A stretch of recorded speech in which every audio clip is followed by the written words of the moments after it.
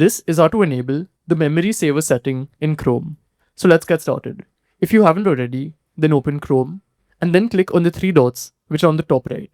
Then click on Settings and here select Performance. And you find this option under Memory called Memory Saver. So currently it's disabled and you just have to click on this to enable it. And we have three options: moderate, balanced, or maximum. So they recommend that you leave it on balanced, and I'll quickly explain the difference. So essentially, Chrome will free up RAM for any tab which you haven't accessed in some time. But now that time frame, we can decide. So if you select moderate, then tabs will become inactive after a longer period of time, whereas balanced is an optimal period and maximum is a shorter period. That's the only change. And there's one more setting you should know, and that's the inactive tabs appearance. So if Chrome has made a tab inactive, then they usually put a circle, and if you want that to be enabled, you can just click on this. So every time a tab is inactive, you'll be able to see it.